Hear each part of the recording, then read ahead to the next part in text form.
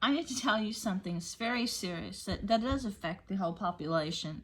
I've been receiving spiritual attacks from people in high branches of government and my husband's ex-wife and offspring in 7th Division Special Forces with their best friend Alex Asico, who was Jenna Bush's bodyguard. And I have had to push these horrible attacks with weapons out of my mind for many years. They've murdered family members with these weapons.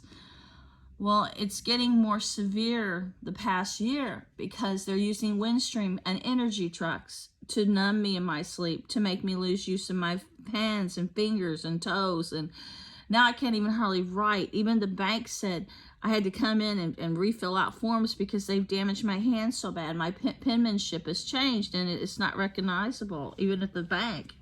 They're destroying my vision, the doctors said. And they're trying to end my life. They're trying to cripple me. They crippled my poor father.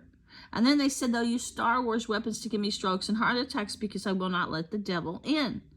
So now I'm being attacked by Jack Canfield and other people that are coming out of the woodwork, just uniting as a coven of witches and demons. And last night I didn't go to bed. I couldn't. They were attacking me too bad. Finally about, let's see, it's 10 after 8 o'clock. I dozed off within instance. They were using this energy sound in my neighborhood, trying to kill me while sending me nothing but horrifying, threatening videos about demonic possession and telling me through, they said, Jack Canfield, John Saul, I can't like my favorite artist I've liked since I was very young. They said you can't like Frankie Valli. I can't like anything that gives me pleasure, leverage, strength, that helps my willpower to gain any kind of foundation. They want to shatter everything. And I know people out there, you're dealing with this in our government today, in the world. You are dealing with demonic possession and you do not know. First, for all the past 10 years, they've always told me I'm in a cage, I'm in a Disney prison. And they always send me pictures of bars. And they say, if you ever get out of this cage, we will come and take you away and we'll rip your heart out if you ever get away from us. Now they say I've gotten away from them. So they say, we want to kill you at a concert, at Rep Arena. If your artist comes to town, we're going to take you to Cherokee Park and kill you after they murdered my dog. They've murdered several family members. And then they show me trees and things and say that they're going to damn me. And this past week, they're saying we're disintegrating you to put you in a flyer because you will not let the devil, let the devil in. Or we're going to either make you marry the devil, which I don't believe is possible. It's ignorance. I don't have anything to do with the thing. Or they're saying, well, and they've kept me in prison for over 10 years, constantly following me. With these evil people, the government people a lot. They'll make me dream of government leaders. And they're trying to lead me to parties and to trees and sex and offspring, trying to put me in trees and dreams.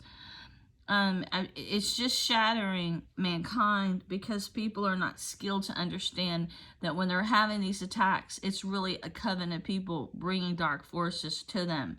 No matter how hard I pray, I don't have government weapons. Now they're trying to steal my land because I won't let Satan in.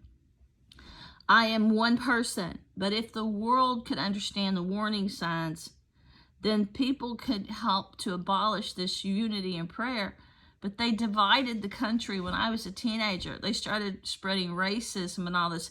There was a reason they were destroying the unity, where people hide in their houses are so scared of getting out sometimes, making people afraid to bond at times when you need people the most.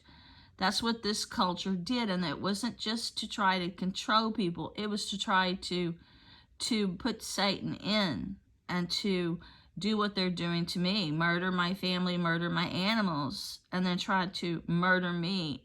And they said, they've even told me they were going to get the devil to come out of the creek and carry me to the creek. They've even put the devil on the tree outside and put my parents in John Saul's book, Black Creek Crossing, before they were murdered. They put me in the book. And in John's new story, he put it his website he didn't publish. He has Justin still in my property, who's only been here one time, Justin Bratz, in the 20-something years we've lived here, to try to get possession of this land. He has that happen, and he being the murderer and other stories, sending me sympathy cards when they murdered my parents, the month they murdered my parents, he put my parents' street address in a story. He actually sent me a sympathy card with Michael Sack, and he put a deer antler stamp on it representing the Hunt Club of serial killers that are part of this government group.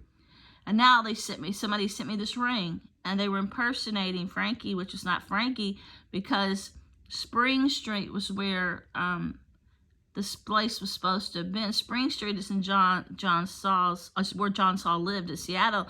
Only this was a Spring Street in New York, and it was next to some place called Ghostbusters and also a Hilton Hotel. And this ring matches a song they sent me. It said, "Some hearts are diamonds." That was sent by a government leader overseas, which means it's just a coven of evil flakes. You just don't know the evil you're dealing with.